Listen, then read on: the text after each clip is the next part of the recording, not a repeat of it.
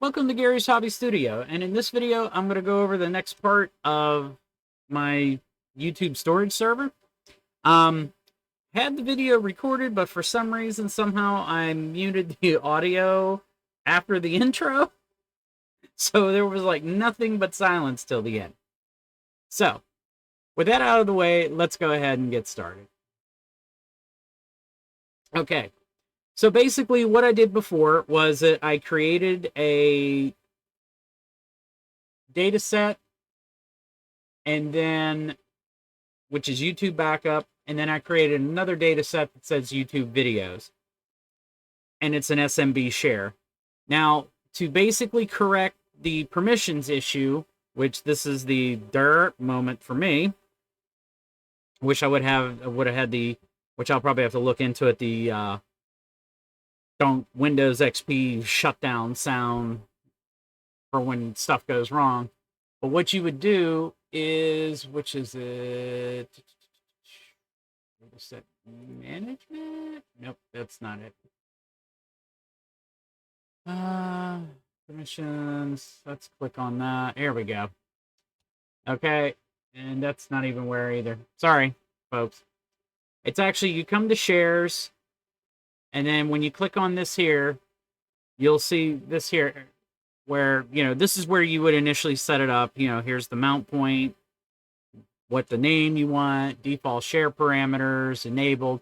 You have to hit advanced options, and then it stared at me right in the face, and there's allow guest access. That was not checked. When that was checked, and hang on one second here real quick. Okay. We come here to the YouTube videos right here, and I was able to copy over my finalized videos, so this way I have a backup of them. So this way, if for some reason the drive on my laptop goes bad, I at least have everything that's current, or everything up to a certain backup point. Because that's pretty much what was going on. And I'm not going to re-copy everything down because it's kind of a moot point at this point. But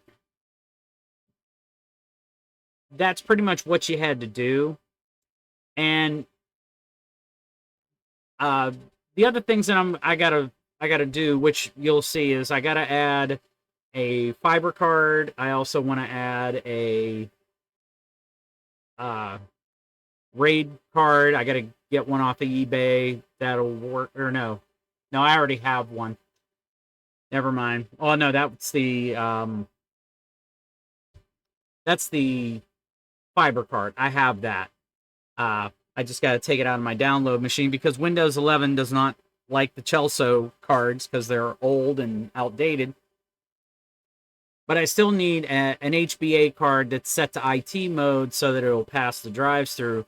Because if I want to use all 12 bays, I need that. 4 of the bays right now, which on the front of this Supermicro 12-bay chassis, the top one in the third column and the 3 in the fourth column on the right, those are populated with drives. Those are connected to the motherboard because it had an SFF style connector to, like, SATA. SATA and SAS have the exact same connector, just SAS uses a solid piece with a lump in the middle where the two cables meet for SATA, for SAS. And so I was able to connect those to because the motherboard that I have in it, and you can see it in the video that I showed you the inside, it has 6 total SATA connections. So 4 of them are being used for the 4 drives that are in there right now.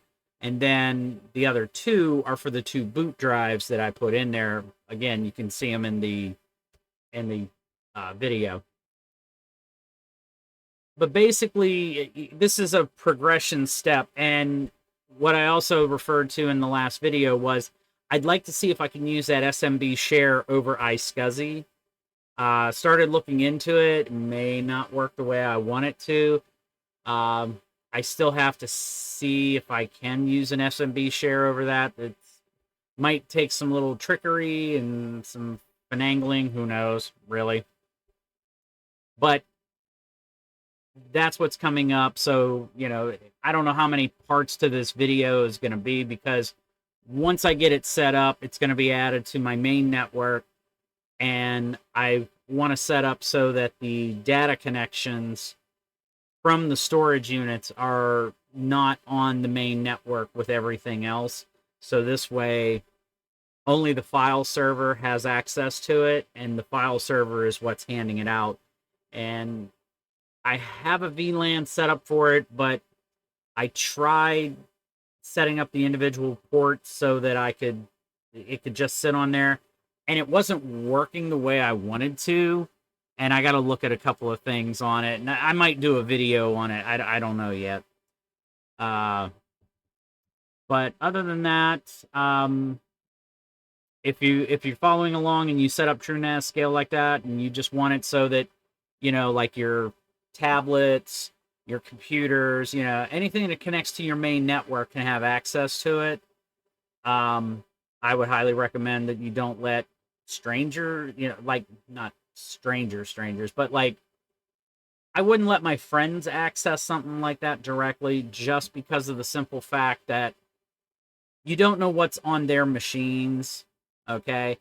And if you have personal stuff like tax returns and anything like that, you definitely don't want your friends, no matter how, because like I said, I'm not saying that all friends would do it, but you might have a few sketchy ones and just don't realize it, and they could end up stealing, information of yours. So at least that's that. So like I said, at least I have something to test and play with, and which is the whole purpose behind this. Because these have not been the files that I backed up from here to that device have not been deleted off of here, because this is a work in progress. So this way, if I end up blowing out the SMB share, recreate it as something else, whatever the case may be, the files didn't go bye-bye. And they're not really that personal, other than, yeah, they're my content that I created. Okay, which I still have the originals, so. All right, so if you like what I do, please like, subscribe. If you know anybody that could benefit from any of the information on my channel, please share it with them. And as I always like to say, have a good day, guys. Take care, and see you next time.